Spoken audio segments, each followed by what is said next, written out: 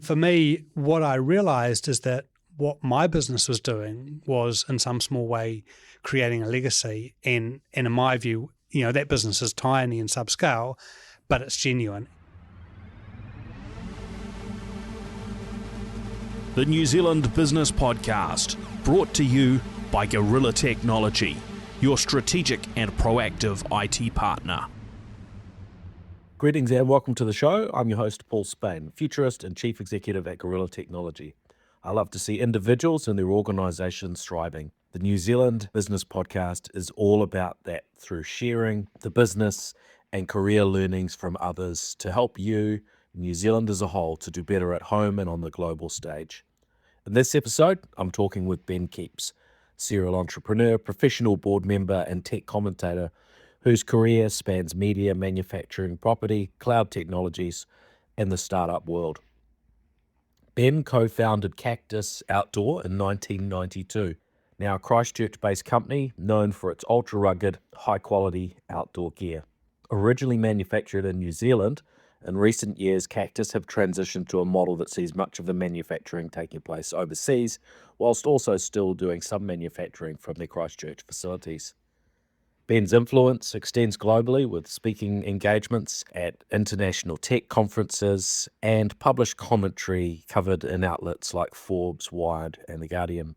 He's also an active angel investor with successful exits from ventures across New Zealand, the US, Canada, and the UK, and has mentored numerous Kiwi entrepreneurs and continues to advocate for a uniquely New Zealand approach to innovation. The New Zealand Business Podcast is proudly brought to you by Gorilla Technology, the information technology services firm helping medium and smaller organisations with every aspect of technology enablement and uplift, whilst minimising tech and cyber risks. The Gorilla team are experts at auditing IT and cybersecurity systems, selecting and implementing software, along with running day-to-day IT systems. All right, let's jump in. Ben Kepes, great to have you on the podcast. How are you doing today? I'm doing well. Thanks for the invitation. Yeah, look, real honour to have a chance to catch up and delve a bit into your story. I think it must be at least a decade since we met. I think it was in San Francisco. Yeah, I've really bumped into you in your hometown of Christchurch, but it does happen sometimes. Yeah, well, back in the day, we both travelled a heap. COVID's changed things a little bit, but yeah. Well, when I have these conversations, I quite like to kind of go back to the beginning and hear a bit of the backstory. I think that's always part of the picture. So, yeah, tell us a little bit about your upbringing and where you were born and so on. Yeah, so I was born and grew up in Wellington, son of a doctor, and so I was always expected to go and study medicine, as is often the case with the children of doctors. So obviously I dropped out of school and did an electrical apprenticeship. Dropped out of high school when I was 16, did an apprenticeship, became an electrician. Unfortunately, that was a bit of a strategic blunder because I actually didn't like being an electrician, which was a bit of a screw up. And then myself and another couple of guys, we were sort of outdoor folks. We did climbing and tramping and cycling and those sorts of things. And so Cactus Outdoor. So we started an outdoor company. So it's interesting you talk about, a bit of a screw up strategically, but it's all of these little decisions that we make that actually, get us to the points of being able to make get to those pivotal times where decisions are made that do shape our future, right? Yeah, so I mean, Claudia Batten, who's obviously a well-known technology person in New Zealand, she talks about the squiggly line, and that's definitely something that I guess I've done. I'm a high school dropout. I've been an electrician, manufacturing business, spent 15 years doing technology, and now I'm a professional board member. So there's no connection between all of that stuff, but I guess the only connection is curiosity and doing stuff which is interesting. Yeah.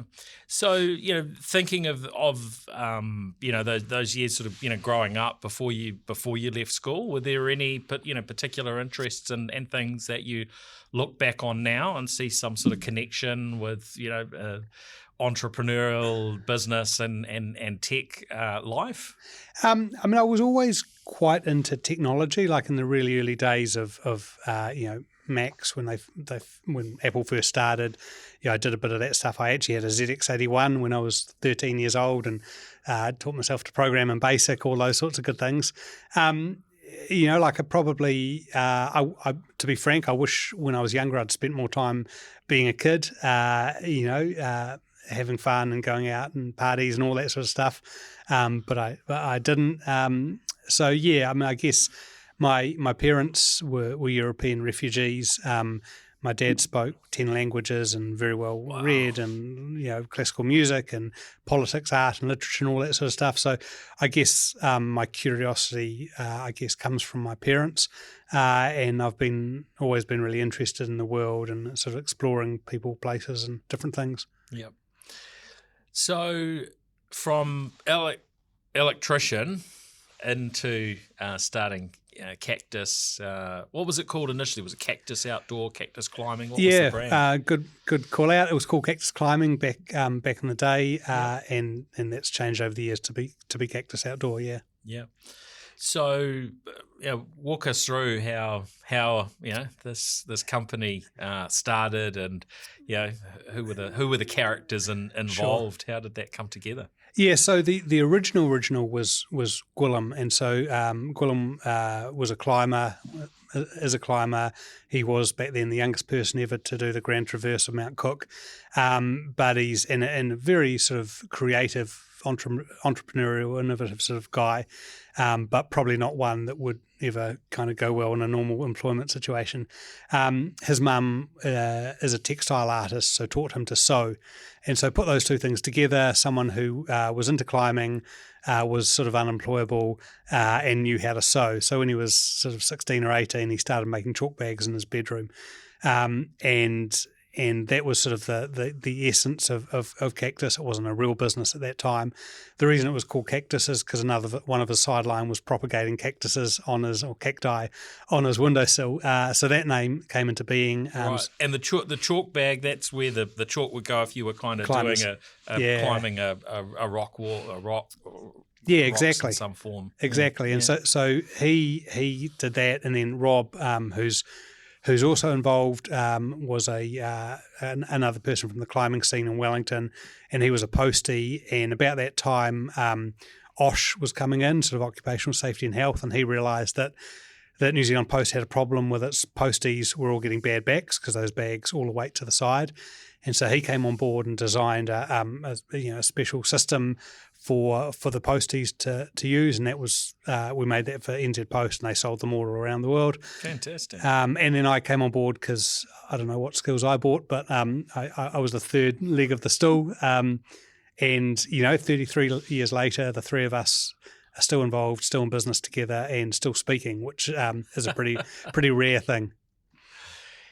And so, you talk about that, you still get on and you're still speaking. How have you navigated that? Because individually, I'm picking you're each wired quite differently. You talked about the third leg of the stool, right? There's this balancing thing. There's, I guess the reality that, if you're all the same, it would probably be a nightmare, but you're bringing different skills together. Was any of this sort of intentional in terms of how your team came together? Oh, I mean, nothing we've done or nothing I've done in my life has been intentional, but it's a really good point. And so if you think about the three of us now, for example, so Gwilym isn't really involved day to day. We talk a bunch. Him and I, there was a lot of tension in the relationship back in the day. We've matured now, so we can both respect what each other bring.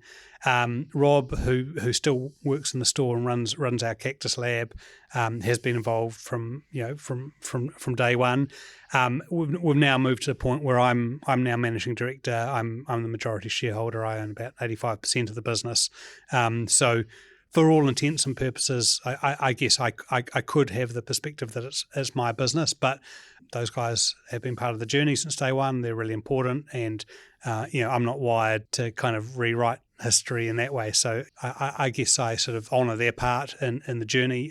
But now I guess a lot of the direction or the decision making or the strategy is down to me, I guess. And that's a reasonably sort of common thing, isn't it? But I'm interested in delving into some of those relationship challenges. It might not be the most fun topic to talk about, but I think yeah, probably anybody that's had partners in business has experienced either a small or a large form of challenge, right? And if you're the sort of person that is inclined to entrepreneurship and leading a business, it has varying challenges, and often one or more of the founders kind of want to lead and make all the decisions.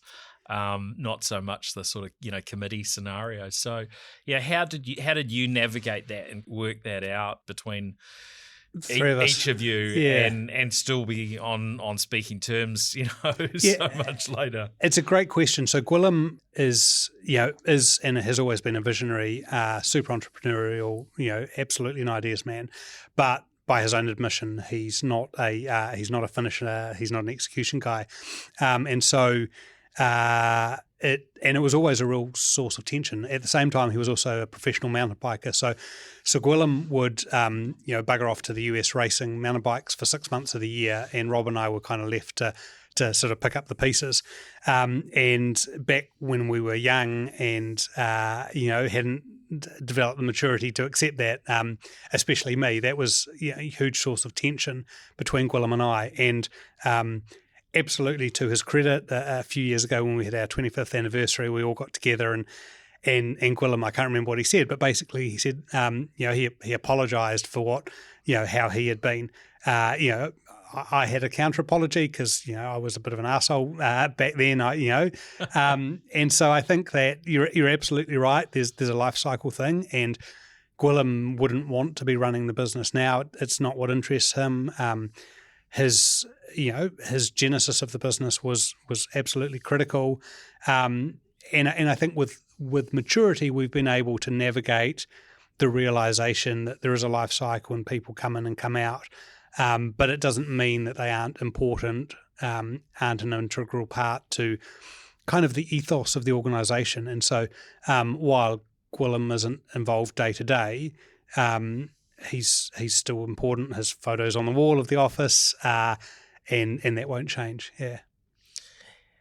How did you get help to did you have mentoring and coaching kind of along the way? I think it's often part of a journey is to get some older, wiser, or just external kind of viewpoints when dealing with tensions. How did you go about that? I mean, I look back on my younger years, and it was like I didn't have any strategic bones in my body, but somewhere along the line, you look and it's like, oh, operate quite differently. How did that play for you? Yeah, so I mean, you and I are pretty much the same age, and so similar time, right? Back then, when you started a business, there was no funding, there was no governance, there was no oversight. You made a thing, you sold a thing, you made two things. That's it. So I remember when I first got involved with Cactus, I talked to my best mate from school. His dad was an exec with the BNZ. He was a sort of a very capable, respected businessman. And I remember talking to him and saying, what do you think about this thing?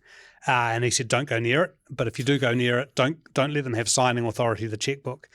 And then I talked to the accountant at the place where I did my apprenticeship, and he also said the same thing. So obviously I've got a long history of ignoring advice. I really wish, to answer your question, I really wish we had advice and governance and direction, because I'm super proud of the fact that 33 years later, we're still in business. We have no debt. We own our own destiny. I'm not so proud of the fact that 33 years later, we're still a small, organisation. And I think if we'd had better advice, and I often think about Jeremy Moon at Icebreaker. And so Icebreaker started about the same time we started, and we had quite a lot to do with Jeremy in the early days. And he obviously had a different path. He had funding, he had a lot of really good advice. He had the Todd family on board giving him direction, and he grew accordingly.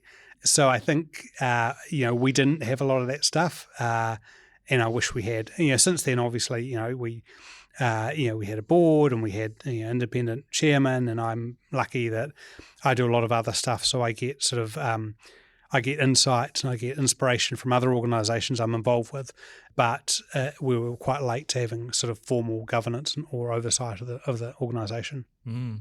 And so walk us through a little bit of those early years and what was sort of the steps that developed through. You've talked about New Zealand Post, but yeah, you usually need a bit of variety in terms of revenue streams and the like.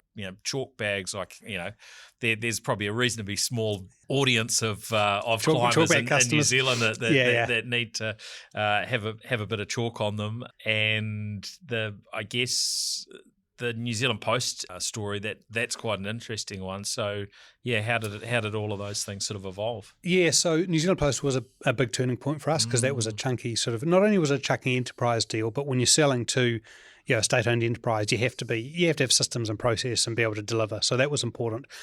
We also back then we sold wholesale, so the likes of what was called R&R at the time, became Torpedo 7 and Bivouac, which is still around. We sold through them because we didn't have our own retail presence. And so we sold through them, and yes, it went beyond chalk bags. We made other backpacks and school bags and climbing bags and all that sort of stuff. And we started in Wellington, and it was basically, we had a series of different factories in Wellington where people sort of worked, people lived, people hung out. It was a place to kind of hang out between climbing trips. It was pretty feral, to be frank. Then when we came to Christchurch, we still actually lived in the factory, but we came a little bit more professional, or a little bit less feral. And over this time, was before you were married? Well, it was interesting. So my wife is from Wellington, and Cactus was shifting to Christchurch, so I was coming down here, and she was coming down here to do Teachers College, and we got together. And when she came down, she did also live in the factory, and so we do tell the story about the fact that there was the three of us, Gwilym, Rob, and I, plus Viv, my then girlfriend, now wife, living in the factory, and so true test of a relationship, true test of a partner, that she was prepared to live in this kind of DOS house. Back as it was. We're a lot more professional than that now. No one actually lives in the factory. And I always remember Gwilym's mum, who's, as I say, a textile artist, but a really cool lady, quite alternative. I always remember one of our employees coming in to work, and Val, Gwilym's mum's tie-dyed underwear was drying on some lines around the factory.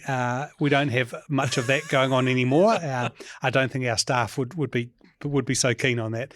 Sorry if that's a little bit too much information, Val, but it's shared with love. Look, it's a pretty professional operation. We walked through this morning and had a look, and yeah, it's pretty impressive in terms of what you have today. But there were other steps in the way. There's acquisition and the like. What are those other kind of key points when you look at the business where either you made a good decision, a poor decision, the economy's been hard. What are the things that stand out? So there's two answers to that question. The first one is an easy question. So back in 2019, or easy answer, back in 2019, we acquired a contract manufacturing business that had been going for about 50 years. It had about 100 staff, and it was making uniforms for fire service, police, Army, Navy, Air Force, those sorts of things. And we acquired that to increase revenue, but more importantly to really secure our own manufacturing, because we had our own little factory, but the bulk was done in this third-party facility. And so we bought that. So that was a real inflection point. So were they doing your manufacturing prior, or that was somebody else? They were doing some of our manufacturing prior, yeah. And so that was an inflection point, but probably a more insightful perspective.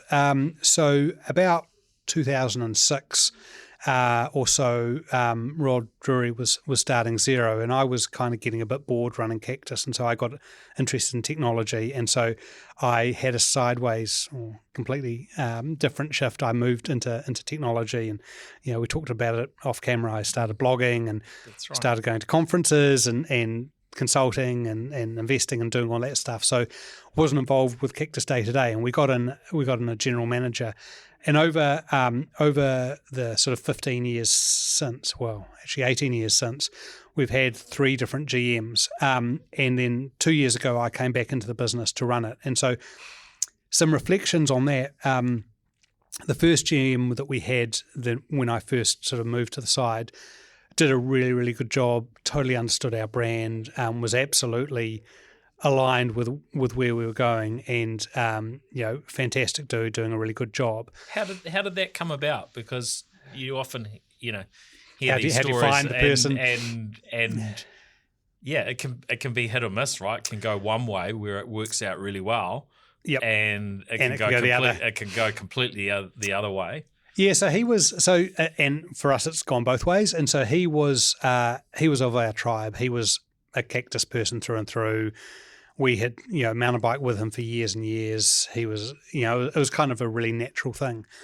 When he left, we had another couple of GMs, and this is the flip side of having someone from the outside come in, and both of those people were more traditional hires, i.e. we advertised, we interviewed, and neither of them came from our world. One of them sort of came from a large furniture manufacturing business. The other used to work for Bunnings and Kathmandu, different areas. And I don't blame these people. I blame the board that appointed them. But both of those were, in hindsight, were bad hires, because no one understands your business like you do. And when you're, maybe when you're $100 million and you want to get to $200, $300, $400 million, at that point, it's a traditional management role. It's about getting a CE, applying strategy, and just going through the process. It is a bit more formulaic. When you're a smaller business, and especially when you're a brand business, it's all about truly understanding the true essence of the business. And those two hires didn't get that. And so, as I say, 18 months ago, I was increasingly frustrated that, I understood what our brand, our business was. I understood what the value proposition was, and I was frustrated that wasn't sort of being maximised, leveraged, and in fact, I felt it was being diminished. And so, I made the decision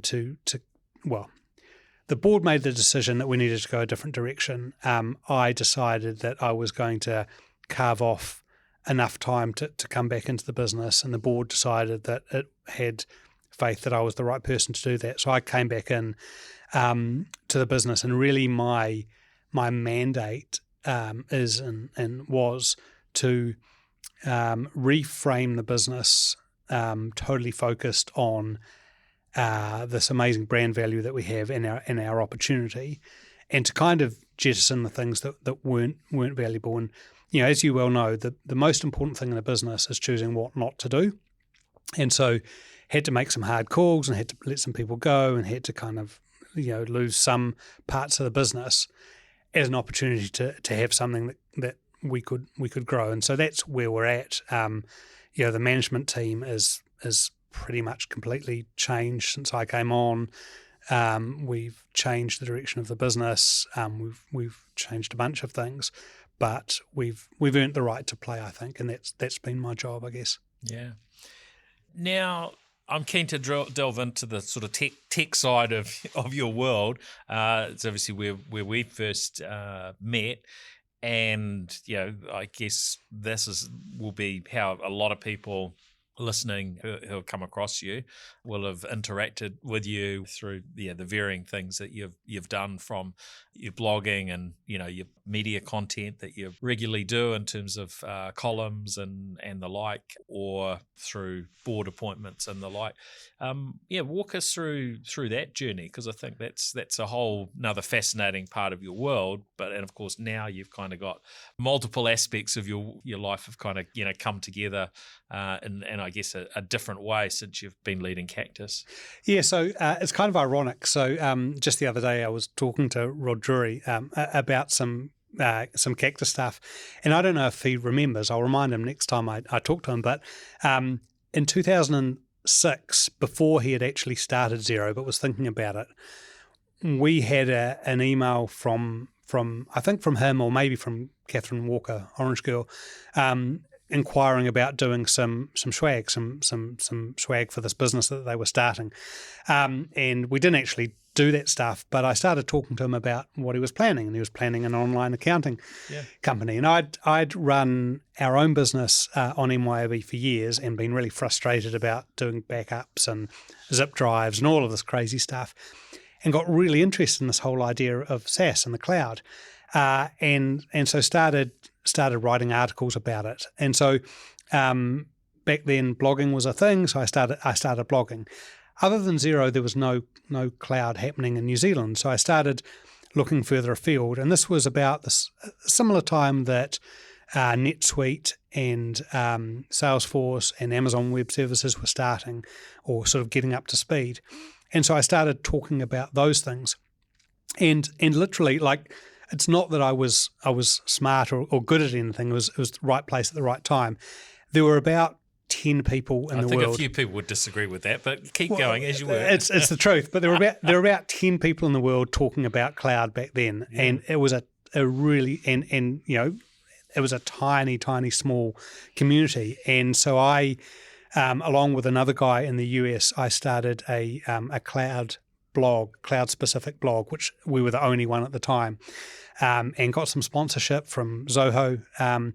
And through that, I started getting invited to conferences. And for years and years, I was doing 350,000 miles a year. I was up in the US every week or two, speaking at conferences, consulting. I managed to build, I guess, quite a global recognition because there weren't many people talking about it. And absolutely. And back then, so I got to spend time with Andy Jassy, who was the CEO of Amazon Web Services, now that's the CEO of Amazon, Mark Benioff, Larry Ellison. I had dinner at Larry Ellison's house a few times. And I say this not to say that I'm a big deal, but more to say how small of a deal cloud was back then. But I fundamentally believed that cloud was the right way to deliver technology. And so I just rode this wave. And so, I wrote for Read Write Web, which was obviously set up by Richard McManus, another Kiwi.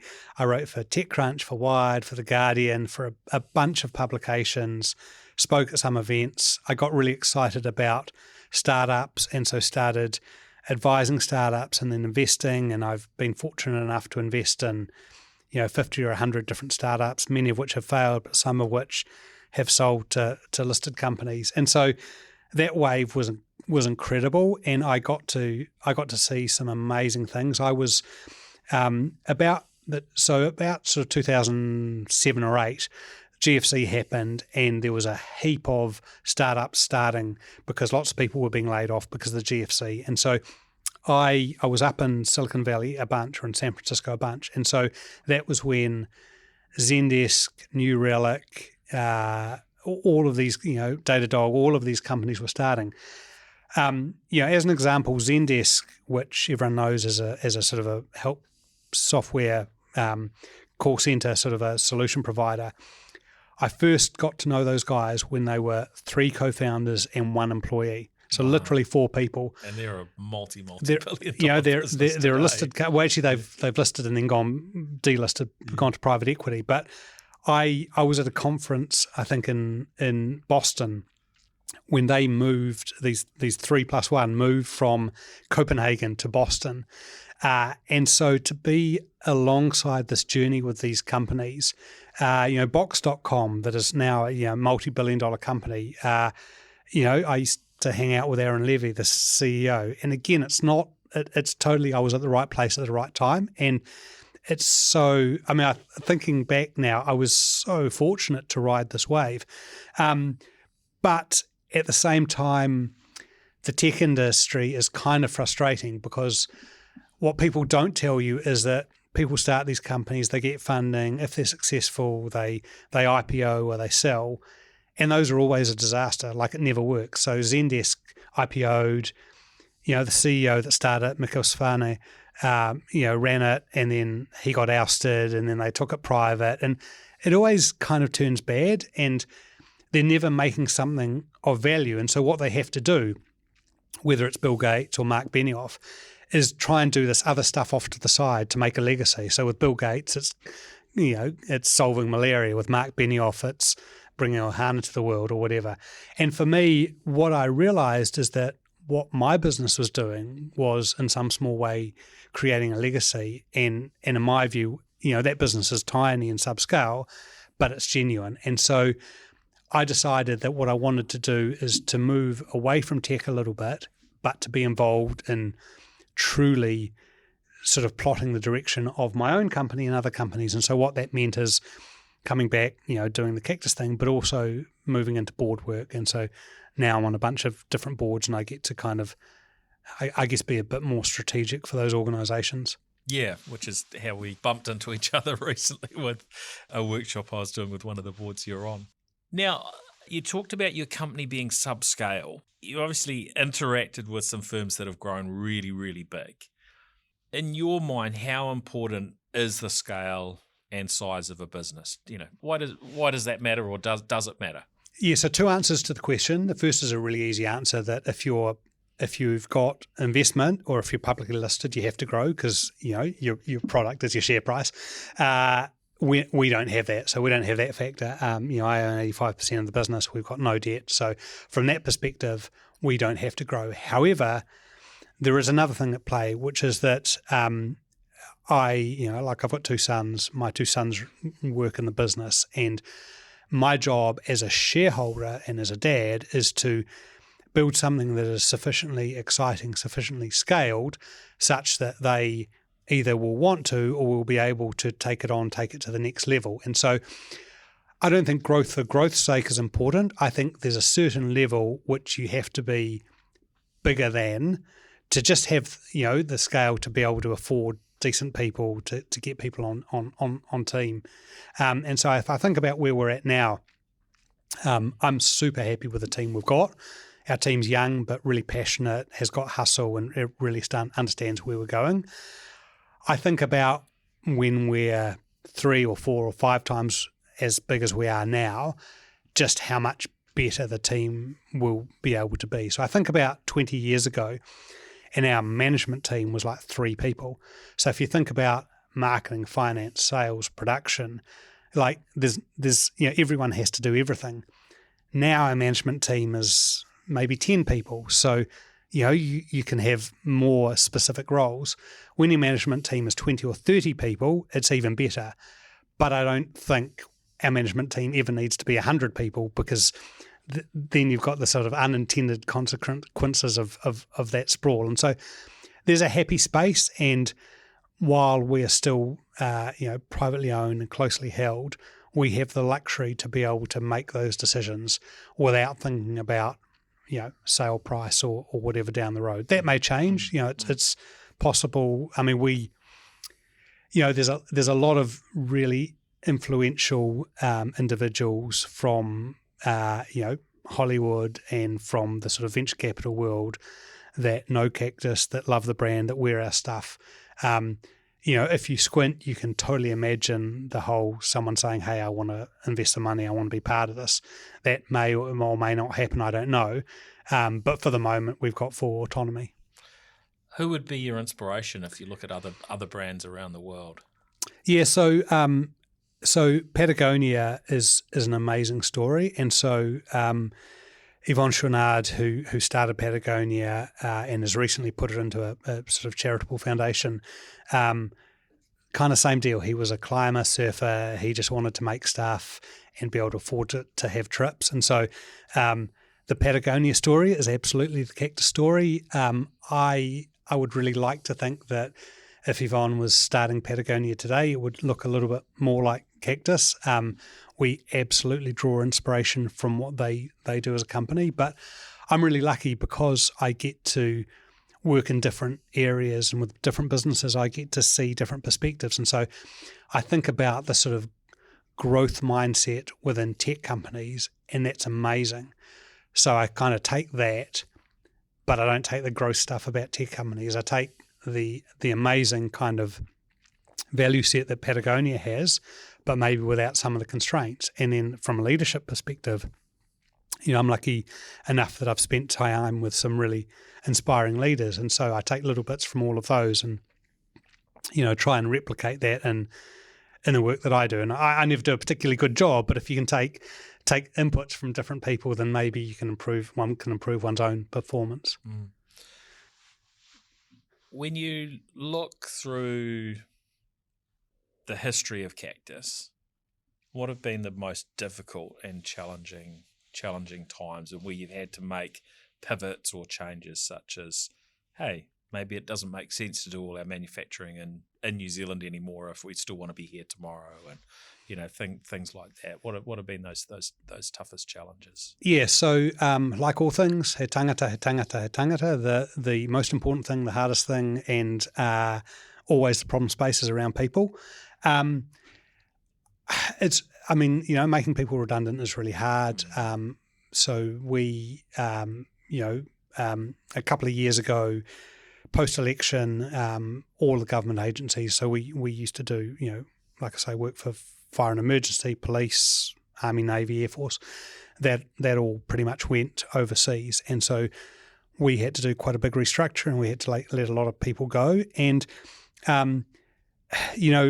often when that happens, leaders will say things like, we've had to do a restructure, but we're letting people go off to do better things, and we're giving people the license to follow their dreams. And, that's not the truth. That's really duplicitous. Like, what you're doing is really sad and is really impactful on individuals, and no one wants to do it. You don't have any option, but no one wants to do it. And so we did this, this fairly significant restructure that I was involved with. But my two sons work in the business. My younger son, who's at the time he was 22, had to kind of head up this restructure. And a 22-year-old making 40 or 50 people redundant is a really big deal, and it was super, super hard for him. Fantastic experience and lesson, but super hard. So those things are the hardest, I would say, from my perspective. You're a businessman. Every day you go from utter jubilation to utter despair and back again, and that's really, really hard. I really hate that. Like, I really hate when things get bad or go bad, because it makes everything feel bad. And so I don't think I'm naturally wired to be an entrepreneur, because entrepreneurs kind of are always high. They're always positive, even if things are going really crap. My way of dealing with it, I have two... Or it might look like that, at least.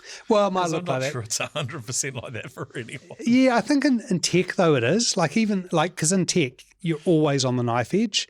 But, you think about all of those sort of SaaS startups, they do seem to be always positive. But I think my two ways of dealing with it, one is, I run. I'm a big runner. Running's a really important part of my life. And so, mental health, balance, whatever, I get out on the road or the trails, and that helps. But the other thing is that I'm super lucky to have a portfolio. So I'm on, I guess I'm on 10 different boards, from, organisations with sort of, hundreds of millions of dollars of revenue and hundreds of employees to startups, as well as Cactus. And so the great thing about that is, even when one thing's going crap, one thing's going good, so it balances things out a little bit. The other thing that's really hard is that, you sort of alluded to it this morning when we were having coffee, that there's been some difficult times in your business. And unfortunately, in this world, it's kind of hard to be, vulnerable or honest, or kind of confront the fact that actually sometimes things are really crappy. And I'm really lucky. So our chair at Cactus is someone that has been, I can be completely honest with, and has been really supportive, but still ask the really hard questions.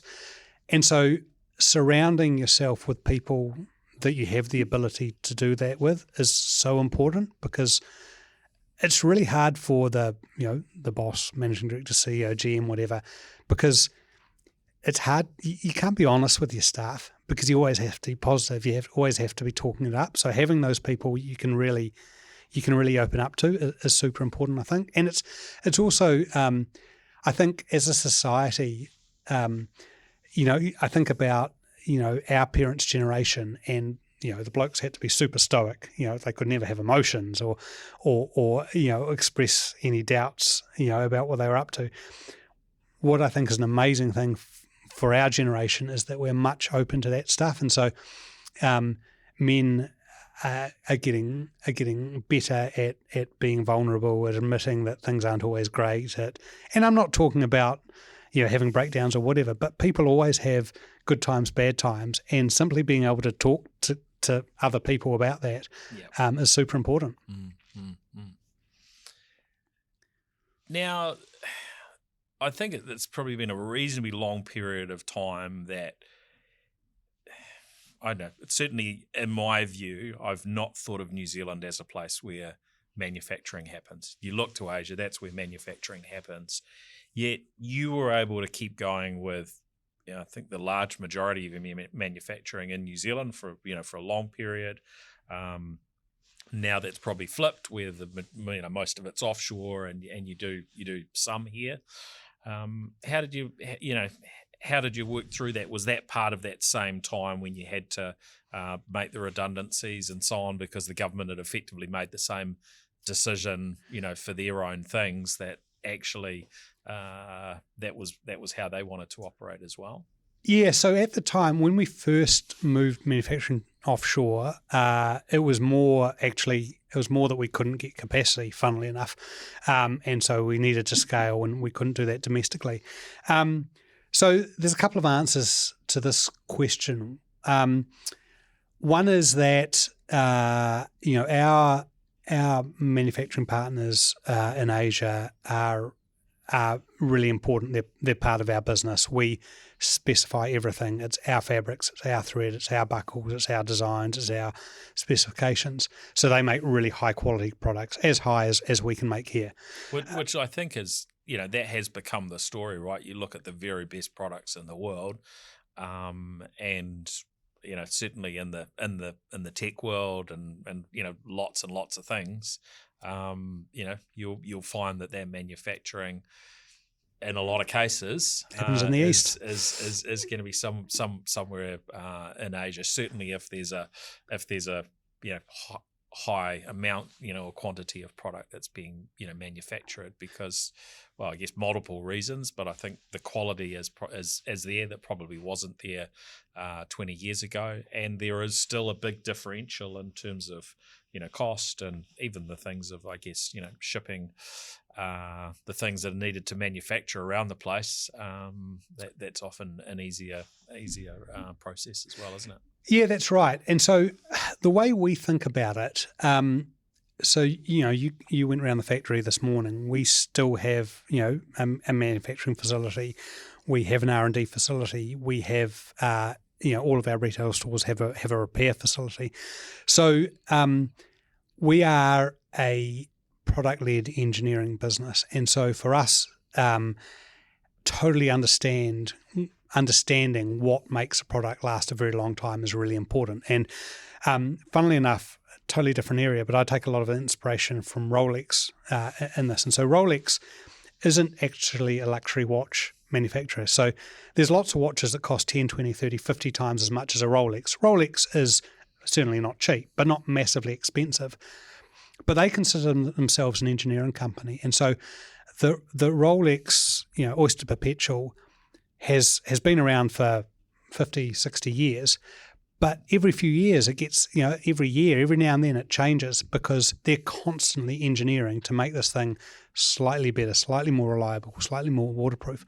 And so they understand that they need to understand and own the entire engineering process of their products. And so I look at other brands in our sector. Other brands will go and say, right, this Chinese manufacturer, we need an insulated jacket, let's get one of these. Or let's, buy this product from whatever company, often Cactus, send it to China, say, make this, change the label. That's not our thing. We have a design team.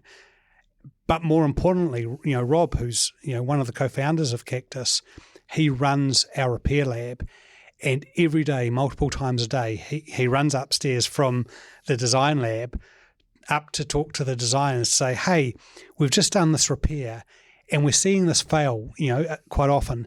So what we need to change this feature to make it last a little bit longer. And so we have, we're known for making stuff that lasts forever. We have, landscape tradespeople or builders or whatever that wear a pair of pants for 20 years and are super proud that pair of pants has been fixed again and again. That's incredible. But still last. And so our thing is about engineering the nth detail. It's a terrible business model because we make stuff that lasts longer than anywhere else in the world. But because we're not publicly listed, we have the ability to take the longer term perspective. And so, in software terms, I guess they call it NPS. And our NPS is incredibly high because our customers absolutely rely upon us, trust us, and depend upon us to make a product that they can trust and they can use again and again. And our philosophy is, while that may not be great short-term business, is really good long-term business. And we are building an intergenerational, 100-year brand. We're already 33 years old, so we're a third of the way there. And the way to do that isn't by stacking them high and watching them fly. It's about really thinking about your brand promise. So that's what we do all day, every day. That's great. Yeah, I think there's a lot of lessons packed up in there. How do you take your learnings across, tech, software world, Cactus, and bring that into the organisations where you sit on the board for how does that play out? Because it's quite different, those sort of day-to-day operational things. But that's that's part of being on a board. You do have to make the now calls, but there's also those longer term strategic elements that sometimes boards can be looking maybe too short term in my view anyway. Yeah, no, you're right. So I'm really lucky. I've the biggest company I've ever worked in as an employee had 100 people. So I've never worked in a corporate. I don't understand corporate politics, all of that game playing. So I haven't got any of that background. I'd like to think that I'm not so arrogant to think that I have answers. And so if I'm doing a really good job as a board member, at best, I ask some really relevant questions to make management think. And I think, I fundamentally believe that is the job of the board. It is to ask questions and to look a little bit in the future than, more in the future than management is, and to then bubble up some ideas because you're, exposing management to those aspects. I would say that, so I'm on the board of an infrastructure company, a telco, health insurance, primary health, tech, electricity metering, a bunch of different areas. And so you'd think what is the commonality? How can you function as a board member of these different things? And, it's all about people, and people are the same everywhere. But B, incremental knowledge, increases your performance. I mean, I might sit on a board, of a state-owned enterprise, and then there's some things that I see there I can apply to a mutual health insurance organisation. So, I'm really lucky to have all of those different conversations. But the important thing is, I'm sufficiently self-aware to know that often, in my writing or whatever, I come across as arrogant, and I'm also a middle-aged white man, and so by definition we are perceived as arrogant. But the honest fact is, I don't think I ever have the answers. At best, because I've had some wide experience, I might have some relevant questions, and I should never get ahead of myself and think that I have the answers. Yeah, certainly. I think from what you see and what you do, you end up with some pretty well informed opinions, and that's pretty helpful on the board, I think. Yeah, and I think it's I'm probably 6 or 8 years into my board journey, I guess, and I absolutely love it. It's my happy place. I'm still developing. I'm really lucky. I've got a really good governance mentor, and she's been really, really helpful to me to moderate or temper. Yeah, I'm pretty outspoken. I say it like I see it, and I'm not very diplomatic. And I'm really, really blunt, and I never say those things to be arrogant or because I think I have the right answer. I say them because I've got a really strong sense of justice, and I find it hard to not say what I'm feeling. I often, so my boys, often say to me, like as you know, I have a weekly op-ed that I write for Stuff, and quite regularly I upset people, and my boys, I'll upset someone, I'll get upset because I've upset someone. And my boys would say, Dad, you're an idiot. Like, what do you expect? You write this thing, people read it. Of course you're going to upset people. But where I come from is like, I'm just writing, I'm just getting it out. It's just a way of getting things out there. I don't actually comprehend that people actually write the crap I read, because who has time for that? And so between my governance and my writing, I'm not at all good at this, but I'm starting to take a breath before I speak and think about, do you really need to say that? Or do you really need to say that thing that way? Or do you really need to, attack that person? Or do you really, do you really need to have that reckon?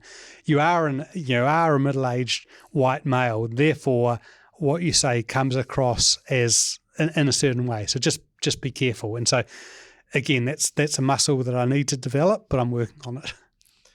Yeah, it's interesting, isn't it? Because sometimes being just speaking your mind can actually be really helpful in terms of the cut through, and at other times it is appropriate to kind of sit back and think things through a little bit further in terms of the impact. That saying, do you want to win or do you want to be right? In my until maybe 5 years ago, all I wanted to do was win. And, it's because I had a chip on my shoulder. I never went to university. I felt, imposter syndrome. And I've still got imposter syndrome. And all the boards I sit around, I still very much feel imposter syndrome. But I also realise that, I try not to be a smart ass. Other than listening to podcasts like this, how have you, developed yourself, developed your skills? Because, self-confessed, you're like me. You didn't go off and spend years and years in the academic world and studying or working in any form. You've learnt a lot by experience, but you've also had other support, mentors, and the like. How's that played out for you? And what have been the triggers that sometimes it's maybe appropriate to put your hand up or ask some questions of somebody else? Yeah, so I'll answer that question in a funny way. So I have a test when hiring people, and that is kind of a throwaway question in an interview. I'll ask them what newspapers they read or what radio stations they listen to.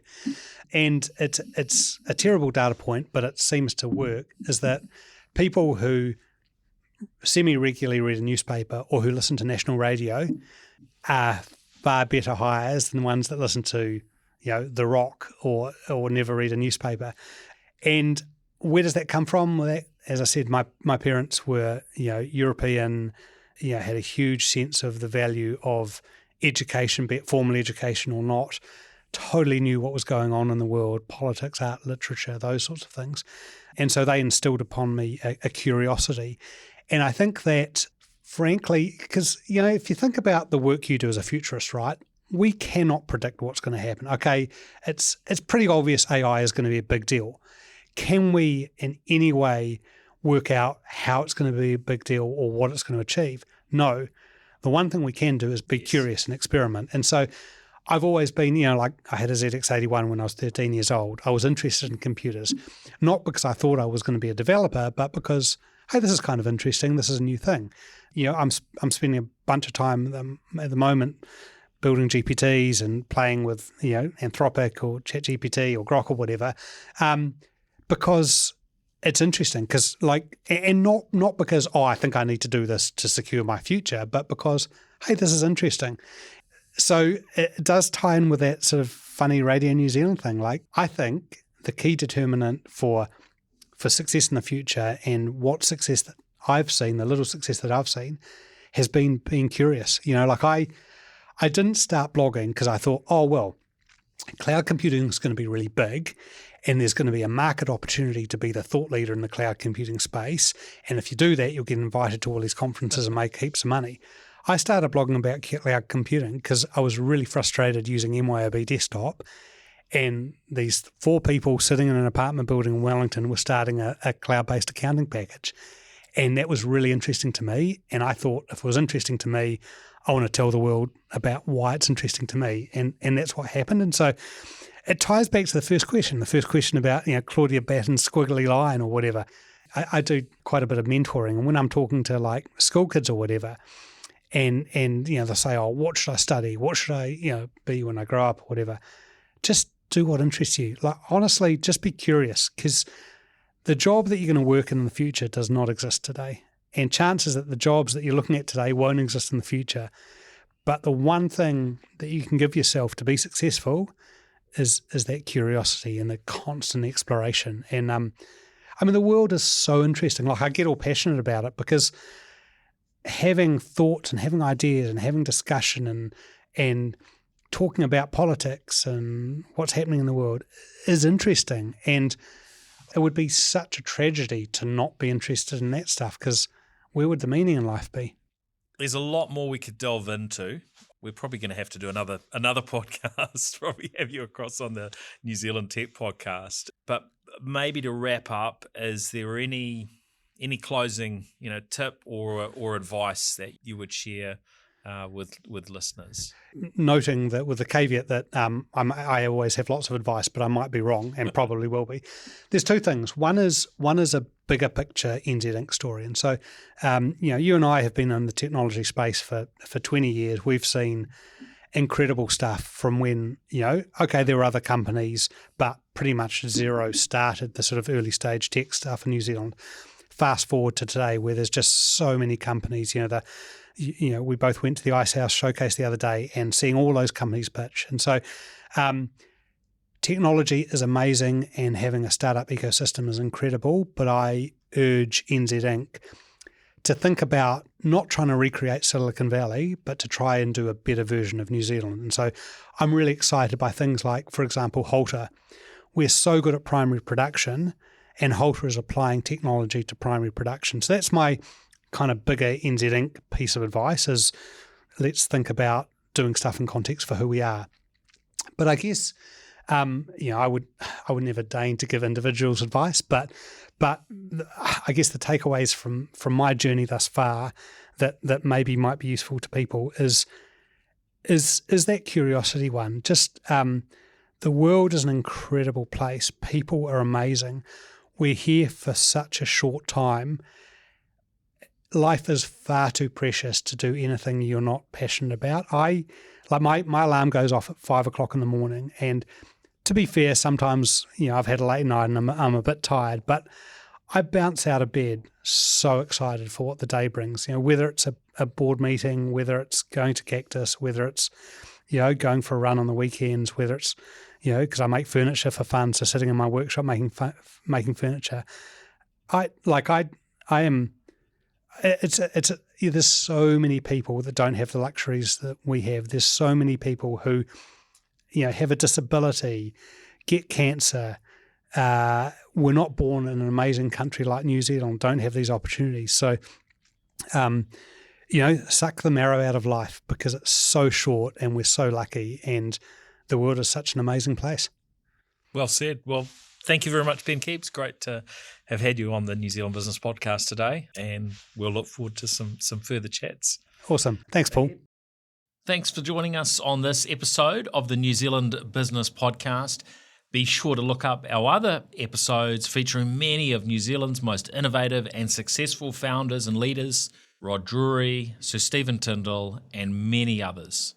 The New Zealand Business Podcast is brought to you by Gorilla Technology, the information technology services company focused on helping New Zealand's smaller to medium organisations to maximise the uplift they gain from innovative technology use whilst minimising cyber risks. If it's time for your organisation To know where it stands from a technology or cybersecurity perspective, visit gorillatechnology.com today and inquire about a technology or cybersecurity audit. The New Zealand Business Podcast, brought to you by Gorilla Technology, your strategic and proactive IT partner.